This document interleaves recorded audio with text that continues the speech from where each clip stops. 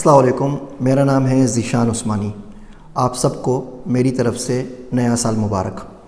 یہ سال شروع ہوا تو سوچا میں ویڈیو بناتا ہوں جس میں ذکر کروں گا کہ اسرائیل نے فلسطینیوں کے اوپر کیا ظلم کیا ہوا ہے، یا سوچا میں بات کروں گا کہ بوسنیا کے اندر مسلمان کس طرح سردی میں ٹھٹر رہے ہیں، میں بات کروں گا میانمار کے اندر روہنگیا مسلمانوں کے اوپر کیا ہو رہا ہے، یا چین کے اوپر مسلمانوں پہ کیا ظلم ہو رہا ہے۔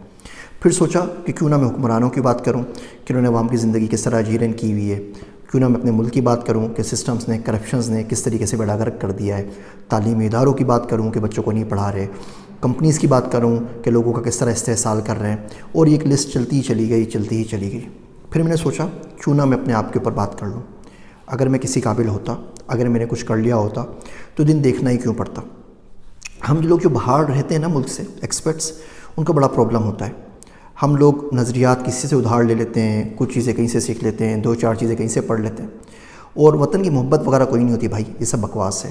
اصل میں تو شرمندگی، پشیمانی ہوتی ہے کہ ملک سے دور ہیں، ملک کے لیے کچھ نہیں کر پا رہے، تو اس کا جو جرمانہ ہوتا ہے نا، اس کی جو رینسم ہوتی ہے، وہ اس لفاظی سے یوٹیوب کے اوپر بیٹھ کے، فیس بک کے اوپر اسٹیٹس لکھ کے اتار رہے ہوتے ہیں، اور کوئی بھی بات نہیں ہے۔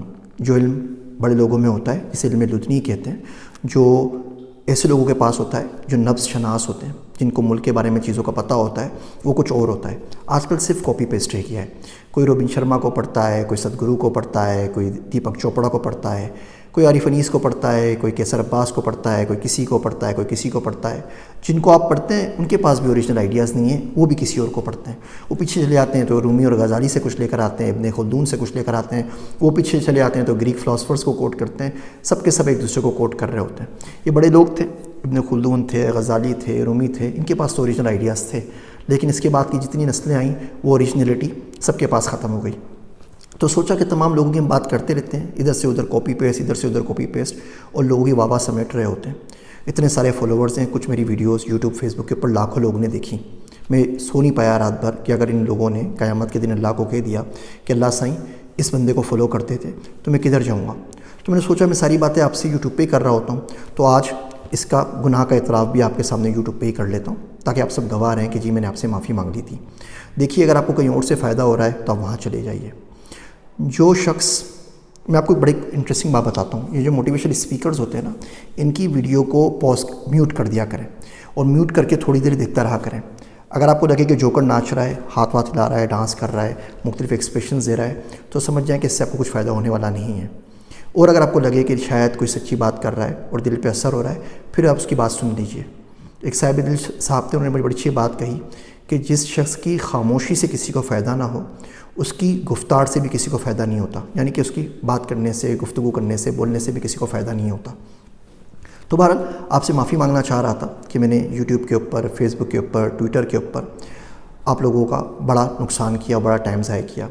ہمارے معاشرے میں ایک سچ ہوتا ہے جسے میں پاکستانی سچ کہتا ہوں، وہ ہم لوگ اس لیے بولتے ہیں کہ ہماری انا کا پیٹ بھر سکے۔ ہم مولوی صاحب سے پوچھتے ہیں، مولوی صاحب ٹوپی کے بغیر نماز ہو جاتی یا نہیں ہو جاتی؟ پائنچے ٹخنوں سے نیچے اگر ہوں تو نماز ہو جاتی یا نہیں ہو جاتی؟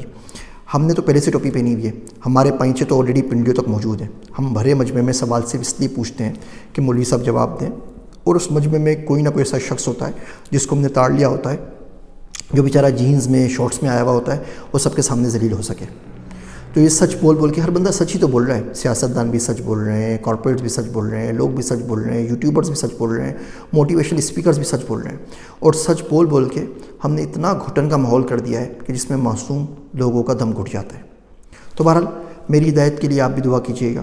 اس نئے سال میں بھی تہہ دل سے دعا کرتا ہوں کہ اللہ آپ لوگوں کے صدقے سے مجھے بخش دے۔ بہت سارے اللہ کے پاس عبداللہ ہیں، کسی نہ کسی عبداللہ کے صدقے ہمیں بھی عبداللہ کر دے۔ اور اگر آپ کو میری باتوں سے فائدہ نہیں آ رہا تو میں آپ کو بولتا ہوں کہ پلیز چینل کو فالو کر لیجئے، انسبسکرائب کر لیجئے، اللہ کا ذکر کریں، کوئی علم سیکھیں، کوئی اور اچھا کام کریں۔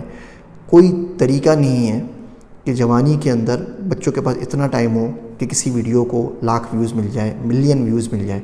زندگی میں بہت سارے کام ہیں، زندگی بہت مختصر ہے۔ تو اگر آپ کو فائدہ ہو رہا ہے تو ٹھیک ہے، فائدہ نہیں ہو رہا تو کوئی اور کام کیجیے۔ میں ہوں آپ سب کا ذیشان عثمانی۔